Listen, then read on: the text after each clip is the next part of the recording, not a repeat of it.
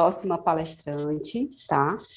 Que é a querida Mônica Saraiva Panic, a qual eu externo com muita alegria o quanto eu sou fã e admiro. Inclusive, esse evento só está sendo possível por causa do apoio, da coordenação técnica da Mônica, né? A Mônica atua há mais de 25 anos, né, na área especificamente de hidrogênio verde, né, Mônica? Você vai conseguir falar um pouquinho melhor da sua experiência, mas a Mônica é brasileira, nascida em São Paulo, é formada em comunicação social pela Fundação Armando Álvares Penteado, tem MBA em marketing pela FGV, trabalhou 18 anos para a indústria automotiva no Brasil, né? Em 1991 contribuiu para a realização do primeiro congresso da SAI Brasil, então aí já começa o grande acervo da Mônica com relação a essa temática também do hidrogênio, e a Mônica também é a consultora internacional da FIEC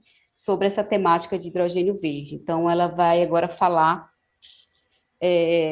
fazer uma introdução a essa temática de hidrogênio verde para que a gente consiga ter essa percepção geral desse tema tão relevante. Tá? Mônica, a palavra é sua, querida. Obrigada, Laís. Muito obrigada pelo convite, pela oportunidade de ter contribuído para organizar esse evento tão importante para o Ceará e para o Brasil e para todos os players, né, as empresas que pretendem instalar plantas no hub de hidrogênio verde no Ceará e também em outros estados do Brasil. É um prazer estar aqui com vocês. Eu sou brasileira, né, com muito orgulho. Nasci em São Paulo e moro há 24 anos na Alemanha. E durante esse tempo eu tenho me dedicado ao setor de hidrogênio, acompanhando todo o desenvolvimento dessas tecnologias aqui na Alemanha, na Europa e no Brasil, porque eu trabalho com projetos no Brasil e em outros países da América Latina. E hoje eu sou diretora de Relações Institucionais da Associação Brasileira do Hidrogênio e mentora da mobilidade de hidrogênio da SAE Brasil. Enfim, e consultora internacional da FIEC, como você muito bem me introduziu. Obrigada pelo seu carinho e obrigada a todos pela atenção. Eu vou compartilhar a minha apresentação.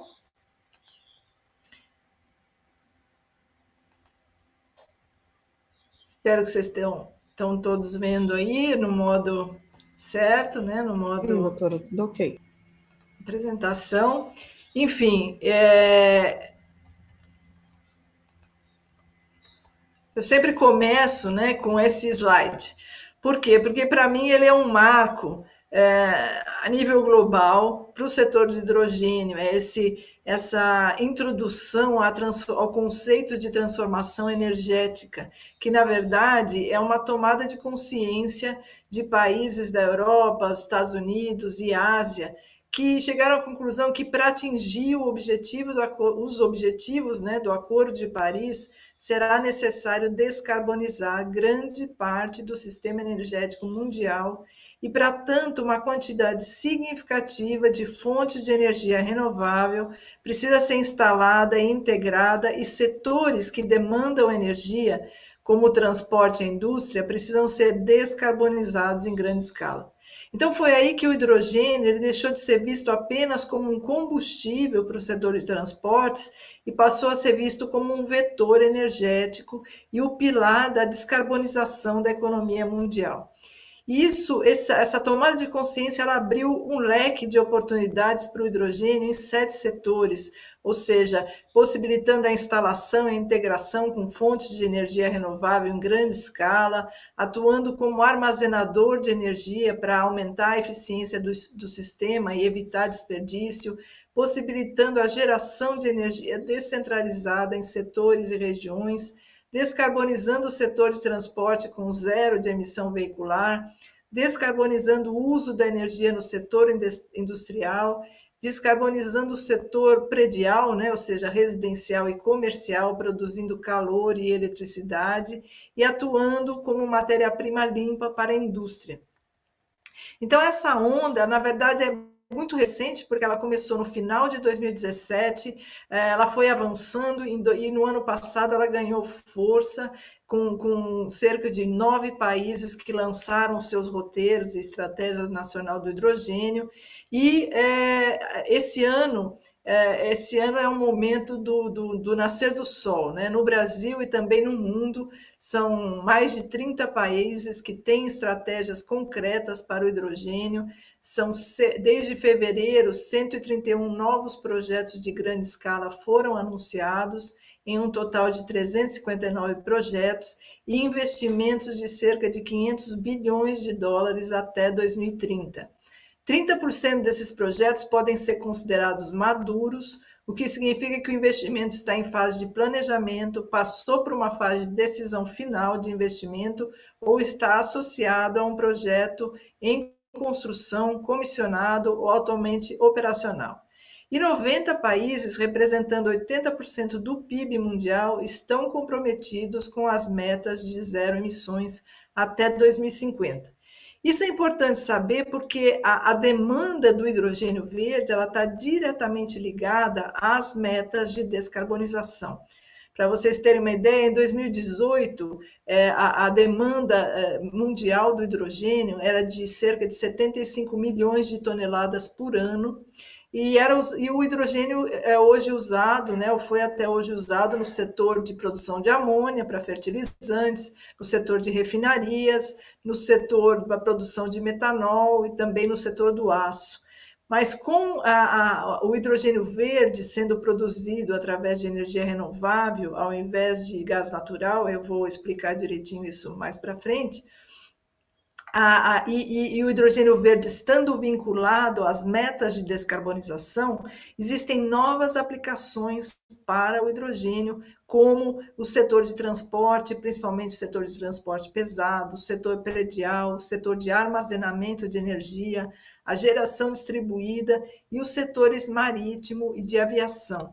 Então, a demanda de hidrogênio verde, ela cresceu, ela tem cenários. O mais pessimista é de 300 milhões de toneladas por ano a partir de 2050, e o mais otimista é de 800 milhões de toneladas por ano também a partir de 2050. Então, vocês veem que é um fator aí muito grande, multiplicatório, vinculado realmente à descarbonização.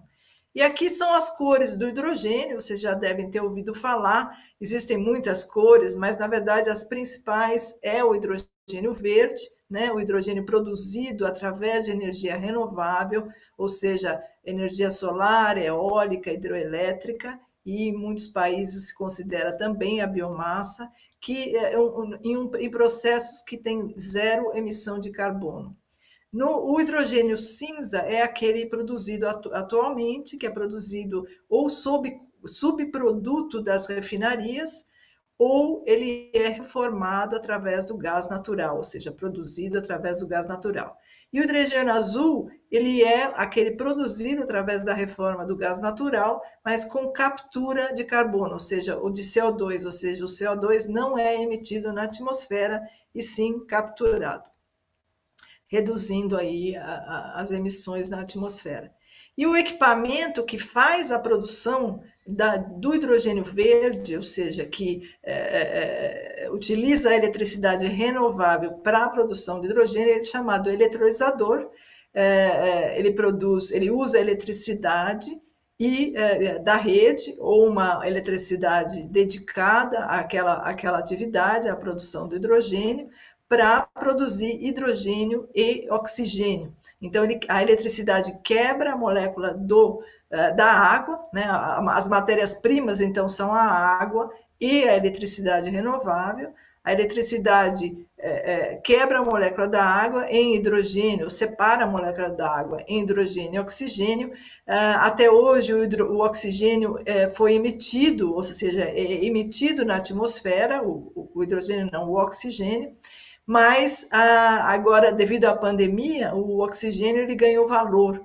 Então, as tendências é também comercializar tanto o hidrogênio quanto o oxigênio, ou seja, não mais liberar o oxigênio na atmosfera, e sim capturar, armazenar e comercializar ou doar enfim, são dois gases, que muitas indústrias, inclusive, utilizam os dois gases.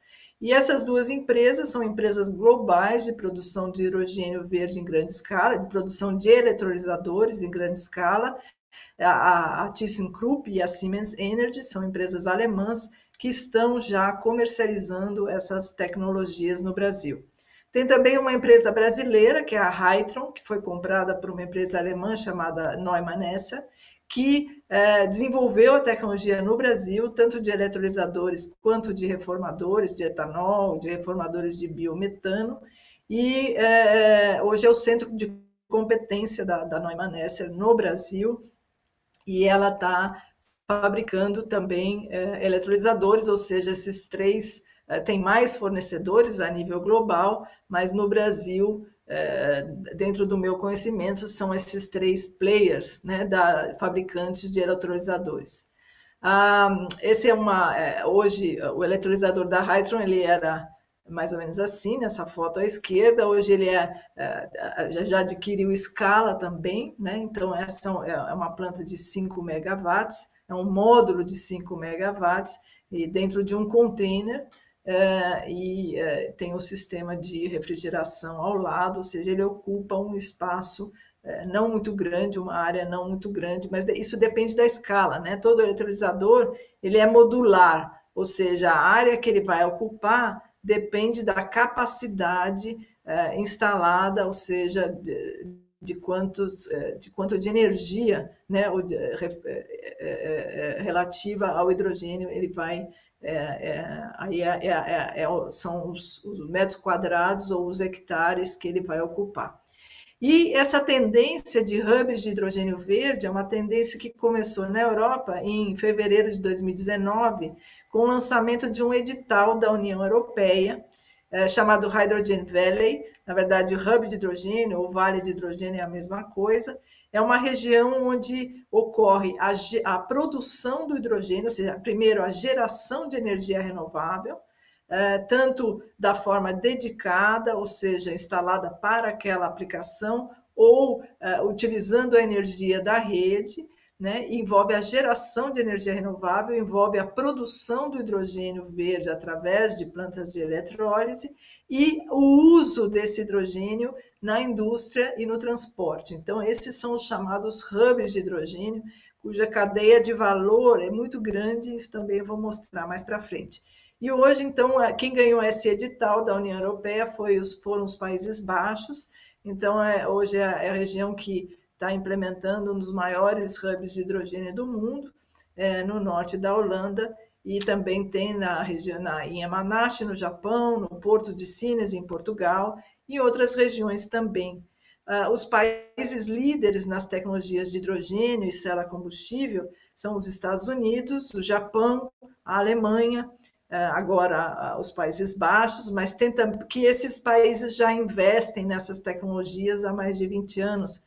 Mas hoje, países também como Austrália, Canadá, China, França, Noruega, Coreia do Sul, Reino Unido, estão investindo bastante nesse setor do hidrogênio. E o megaprojeto é um projeto nos países árabes. Vejam que incrível, os países árabes reconheceram, né, o potencial desse novo negócio, desse novo setor do hidrogênio, e eles esse maior projeto anunciado no mundo é esse de 25 gigawatts de energia solar e eólica para a produção do hidrogênio verde em Omã. E no Brasil, sobre o ponto de vista, né, do setor do hidrogênio, esses são os grandes tesouros, né, do nosso país, que são as inúmeras fontes para a produção de hidrogênio, principalmente hidrogênio verde, ou seja, principalmente as fontes renováveis, que são usinas hidroelétricas, energia solar, energia eólica. Quer dizer, eu falo usina hidroelétrica quando havia energia surplus, né, ou seja, quando havia sobra de água e sobra de energia nessas usinas. Não é o caso atual, mas já houve aí anos que houve muita energia sobrando e não utilizada, que poderia ter sido aproveitada para produzir hidrogênio. E energia solar, eólica, energia dos oceanos, energia geotérmica hidrogênio natural em 4 estados, um deles é o Ceará, produção de etanol, biomassa, biogás, produção de biodiesel e os combustíveis fósseis também, como o hidrogênio cinza, o gás natural, e o hidrogênio preto, que é o petróleo. E as vantagens competitivas do Brasil é a sua matriz elétrica renovável, de novo, as inúmeras fontes, né? A matriz elétrica de 2021 é 83,7% renovável, muito superior a outros países do mundo. O mercado livre de compra e venda de eletricidade no Brasil, ele promove a competitividade dos preços do hidrogênio verde, porque 70% do custo do hidrogênio verde é o custo da eletricidade renovável. E os incentivos e políticas de energia renovável já existentes e também do setor de biocombustíveis, eles beneficiam automaticamente o setor do hidrogênio verde, e a abundância de recursos, né, que superam a demanda previstos no PNE 2050 também é uma vantagem competitiva do Brasil para esse setor. E, além disso, o grande parque industrial, que já contempla empresas globais do setor do hidrogênio, por exemplo, 95% das empresas membros do Hydrogen Council, que é o Conselho Global do Hidrogênio, já tem subsidiárias no Brasil.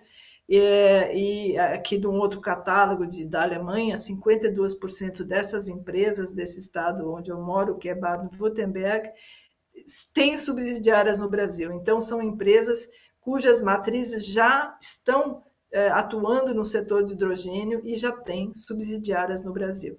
E os projetos pilotos, né, do Brasil de produção de hidrogênio verde e armazenamento de energia foram esses dois, que é na CESP e em Furnas.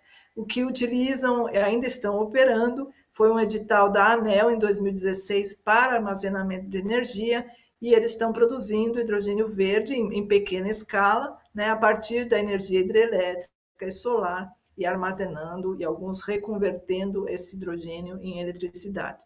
E o projeto dos ônibus, que nós vamos trazer aqui nesse workshop, na parte da tarde, o Davi, que vai mostrar como foi licenciada a primeira estação, o primeiro posto de abastecimento do hidrogênio da América do Sul, que foi um posto da BR Petrobras.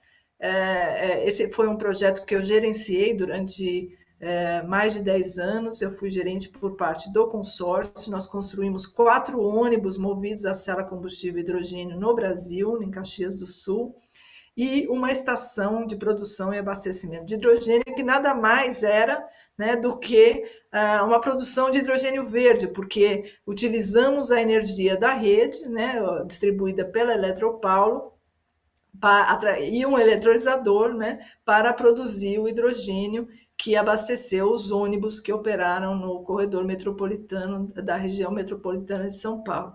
Nós transportamos 18 mil passageiros de janeiro a março de 2016. O Davi vai entrar em todos os detalhes desse processo do licenciamento da estação. É claro que as plantas do hub de hidrogênio verde do PCM, né, no Ceará, elas talvez haja alguma estação de abastecimento, mas é mais a nível industrial, ou seja, a produção do hidrogênio para o uso industrial ou para produção de amônia. Mas, de qualquer forma, eu acho que esse processo é uma boa base, né, também para as plantas de grande escala que vão ser instaladas, implementadas aí no Ceará. E esse projeto, como eu falei, a estação ela ficou pronta, os testes de aceitação, começou o comissionamento, né, em 2015, né, e foi até fevereiro de 2016, quando os ônibus começaram a ser realmente abastecidos automaticamente com hidrogênio à medida que chegavam na estação, depois de percorrer aí todo o trajeto de transporte urbano de passageiros. E a BR Petrobras foi quem coordenou, que foi a líder, né, da estação, ou seja, da implementação da estação de hidrogênio, com o equipamento da Hydrogenics, que é uma empresa canadense, fabricante de eletrolisador. Como eu falei, a ES Eletropaulo era distribuidora de energia, E na estação, o Davi vai entrar em mais detalhes, mas só para introduzir, a estação ela tinha então um eletrolisador pequeno, que produzia 120 quilogramas de hidrogênio por dia. Hoje, a menor planta, como essa da Hytron, por exemplo, uma planta de 1 megawatt da Hytron, ela produz 2.000 toneladas de hidrogênio por dia. Então, vocês veem que esse era um eletrolisador bem menor, né? Mas nós estamos falando aí de 2015, né? Na verdade, os equipamentos chegaram na estação em 2007, então foram comprados, né? Em 2006, então já faz bastante tempo, mas hoje não é muito diferente disso, ou seja, é um módulo de eletrolisador, tinha um compressor, né, porque precisávamos de comprimir o hidrogênio, e depois tinha um banco de tanques de armazenamento e um dispenser. Então, aqui são os equipamentos, ou seja, o conjunto, o eletrolisador, o compressor, que é um compressor comum, como um compressor de gás natural, depois os bancos de armazenamento, para que o abastecimento fosse de forma rápida, né? E um dispenser de hidrogênio, que é bem parecido com o de gás natural. E aí os ônibus eram abastecidos diariamente, ou seja, quando eles chegavam no final do dia, após percorrer a rota lá no corredor metropolitano da MTU São Paulo. E o local de implementação da estação foi um estacionamento da MTU em São Bernardo do Campo, onde haviam veículos estacionados, trólebus operando, tinha garagem de manutenção da MTU e todo o escritório, ou seja, uma área normal, não era isolada nem nada, era uma área que tinha aí pessoas, veículos, alta tensão, enfim, tudo isso foi dentro de todos os padrões de segurança, de todo o processo de licenciamento, tanto dos ônibus, né, quanto da estação. Como eu falei, o Davi vai explicar esse processo para vocês, mas em março de 2015 nós obtivemos a terceira licença, né, que foi a licença de operação da estação, fornecida pela CETESB, e os operadores, que eram operadores trazidos pela BR Petrobras, que trabalhavam nas refinarias, eles receberam todo o treinamento necessário para tanto fazer a manutenção da estação, como também para abastecer os ônibus. E os ônibus, por sua vez, receberam o documento do Detran, esse era o primeiro protótipo, receberam esse documento, receberam a vistoria, ou seja, foi um processo de documentação normal de todo o ônibus que circula com passageiros no transporte urbano no Brasil. Mas o cenário do hidrogênio ele é hoje muito maior, né? Esse ano ele realmente ganhou uma força incrível no Brasil, e o grande responsável é o estado do Ceará, né? Em fevereiro desse ano, vocês lembram, o governador Camilo Santana lançou o primeiro hub de hidrogênio verde no PECEM, e isso foi um marco no setor do hidrogênio, inclusive foi aí que o Brasil ganhou visibilidade a nível global, e também o Jurandir vai explicar melhor sobre as atividades do Hub, sobre quem trabalha, quais são as entidades envolvidas, mas de qualquer forma, desde fevereiro, esse projeto tem atraído mais de 10 bilhões de dólares de investimentos para o Estado, investimentos anunciados. Claro que para esses investimentos se viabilizarem, precisa viabilizar as plantas, né? Mas esse é um processo que nós estamos começando agora e com certeza vamos chegar até a operação com sucesso. Vendo o Ceará, né, com os olhos do hidrogênio, a Laís me pediu para mostrar por que o Ceará tem grande potencial, ou seja, pode se tornar um player global no setor do hidrogênio, e olhando com os olhos do setor do hidrogênio, o Ceará, eu identifiquei na hora todos esses tesouros, que é o imenso potencial de energia renovável, aliás, de todo o Nordeste, a localização privilegiada do Porto de Pecém, próxima a países consumidores como a Europa, Estados e a Ásia, a parceria estratégica, né, para exportação com o Porto de Pecém, que detém 30% do porto, né, que detém do PECEM, a complementariedade diária, né, que o Jurandir vai explicar, que é sol de dia e vento à noite, típico no Ceará de várias regiões, é a condição ideal para operar eletrolisadores, porque é um equipamento que o modo ideal de operação desses equipamentos é 24 horas, 7 dias, 30 dias por mês, ou seja, direto, sem non-stop, e aí se consegue maior eficiência e redução de custos de manutenção deles. E também a zona da ZPE, né, a zona de incentivos fiscais, a área industrial, que tem muitas empresas que podem consumir esse hidrogênio localmente, ou seja, e o Ceará saiu na frente de novo, né, além do lançamento do Hub, também no lançamento do primeiro curso de introdução ao hidrogênio verde do Brasil. Até hoje são 3.548 inscritos, né, esse curso lançado pelo Senai Ceará, e reúne professores, referência na área de hidrogênio de todo o Brasil. Um deles também vai apresentar aqui, que é o professor... não, ele não pôde vir, não me engano, mas o Joaquim foi um dos professores, acho que ele não está aqui hoje conosco, mas de qualquer forma eu recomendo participar do curso, é um curso gratuito para quem tiver interesse em ter uma ideia de todos esses tópicos mais profundamente, e a ideia do Senai realmente é passar por uma segunda fase de capacitação da mão de obra que vai trabalhar nas plantas de hidrogênio verde no PECEM.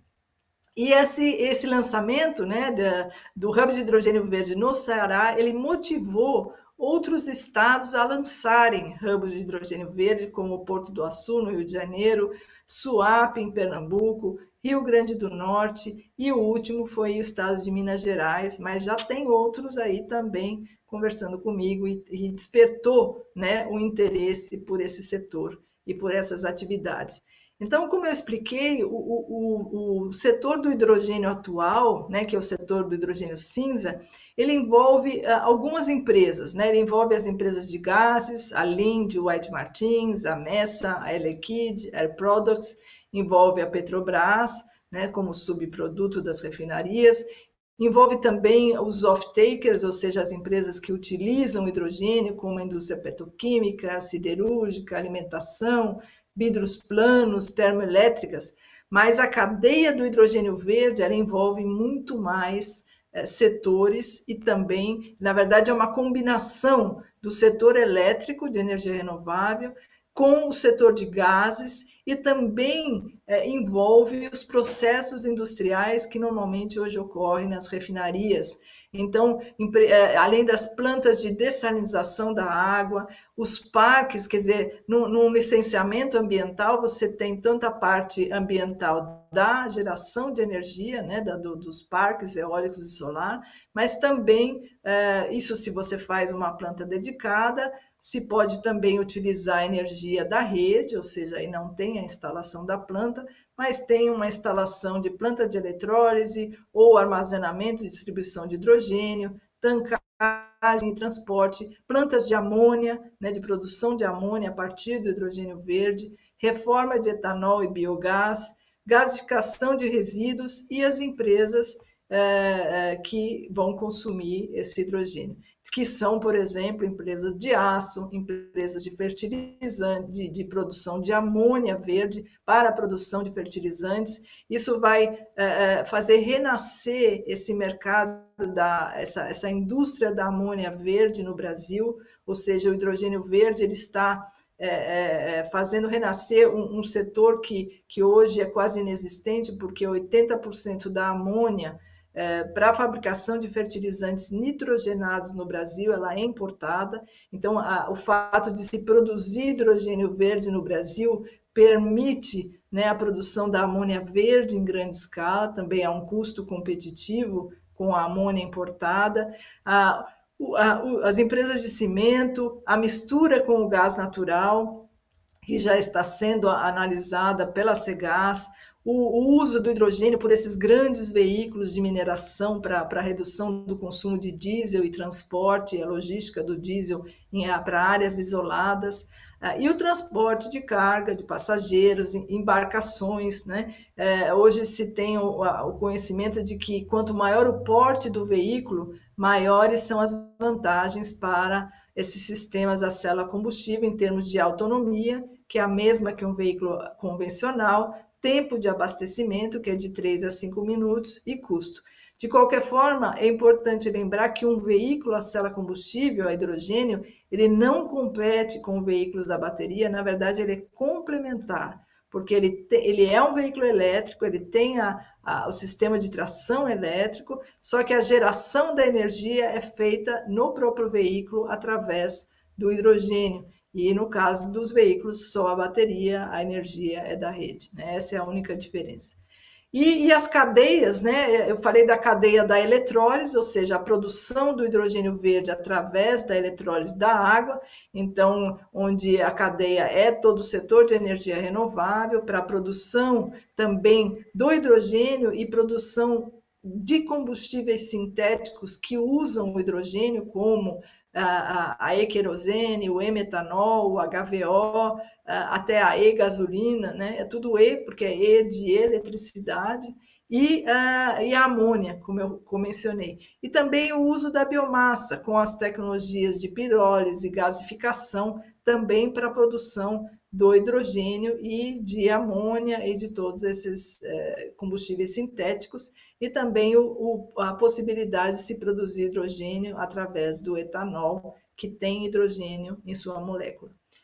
Então, os grandes potenciais brasileiros, né, o setor da biomassa, o setor do biogás e o uso, o aproveitamento, né, de resíduos plásticos e de biomassa, promovendo uma economia circular, principalmente nas cidades, a possibilidade de usar resíduos, tanto resíduos orgânicos quanto resíduos sólidos e resíduos como plásticos, né?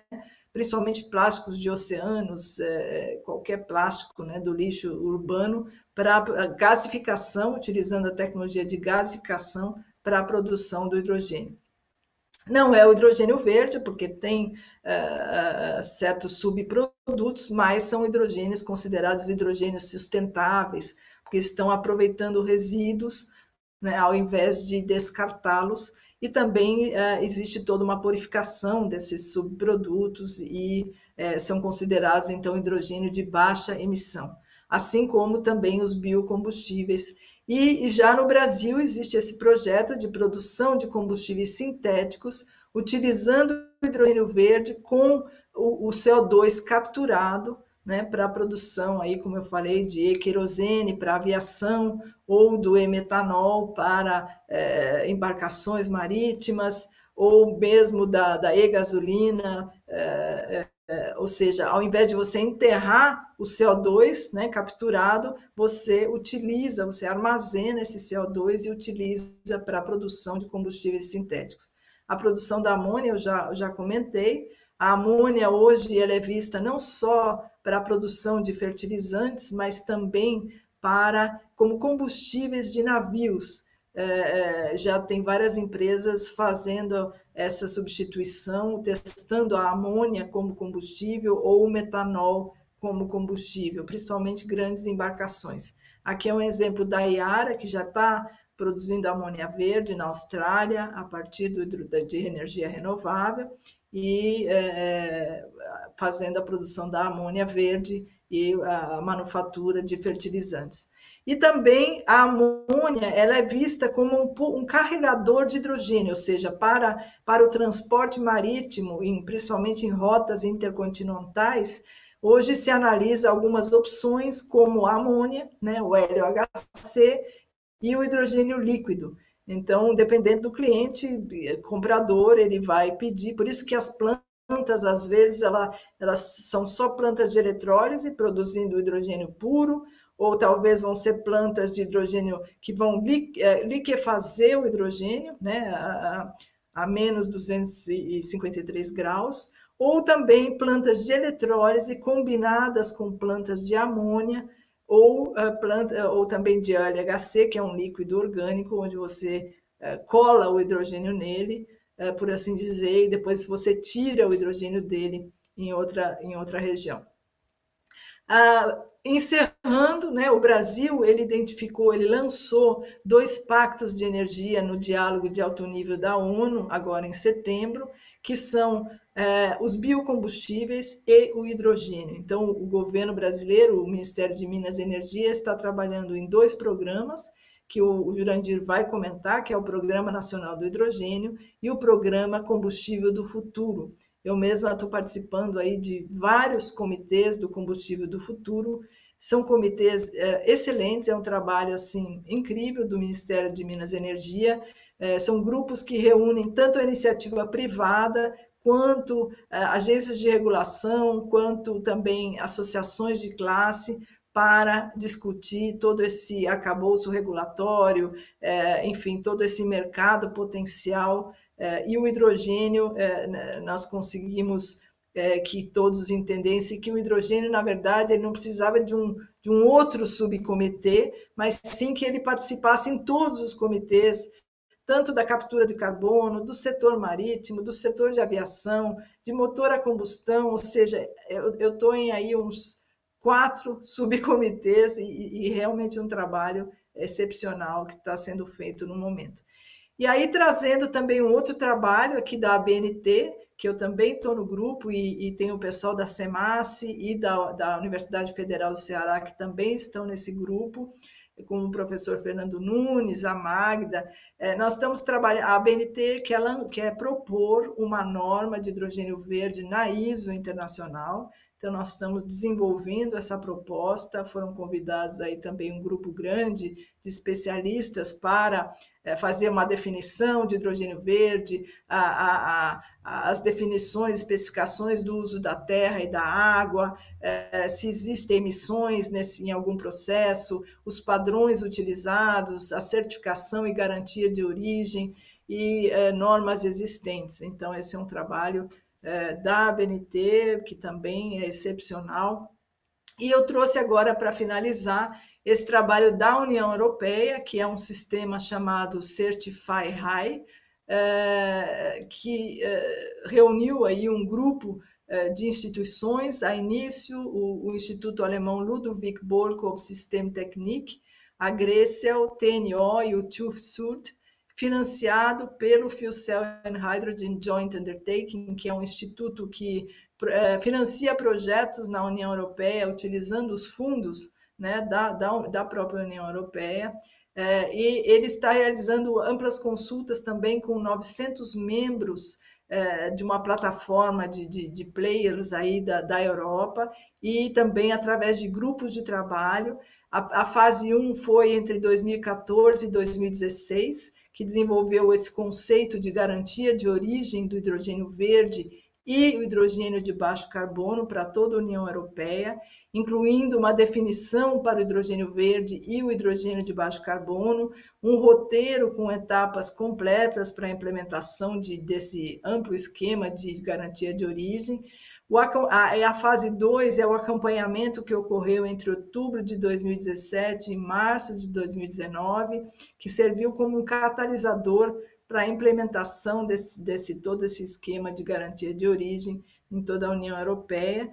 E agora esse Certify High ele entra na fase 3 para implementar no mercado, né, esse conceito e também o esquema de certificação.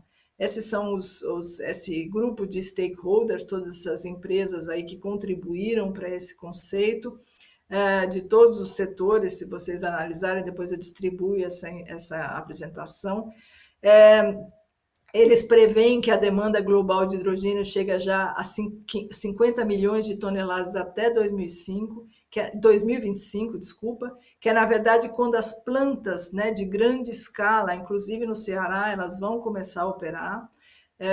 A previsão é de crescimento de 3,5% ao ano. Enfim, conceito de garantia de origem, ele envolve a distribuição do hidrogênio verde em toda a União Europeia, o consumo de hidrogênio verde, a transparência e capacitação do consumidor e melhorar também e fomentar, né, o mercado para o hidrogênio verde. Além disso, ele funciona como um sistema de rastreamento, garantindo a qualidade do produto, tanto do hidrogênio quanto da eletricidade, e ele, inclusive, ele pode ser utilizado até em regiões onde não está se produzindo, mas que tenha essa garantia, ela fornece, né, todo esse histórico do produto que pode utilizar esse produto em qualquer região. Enfim, eu agradeço a todos, eu me estendi com certeza no tempo, peço desculpas, mas a Laís falou que eu podia. Obrigada a todos.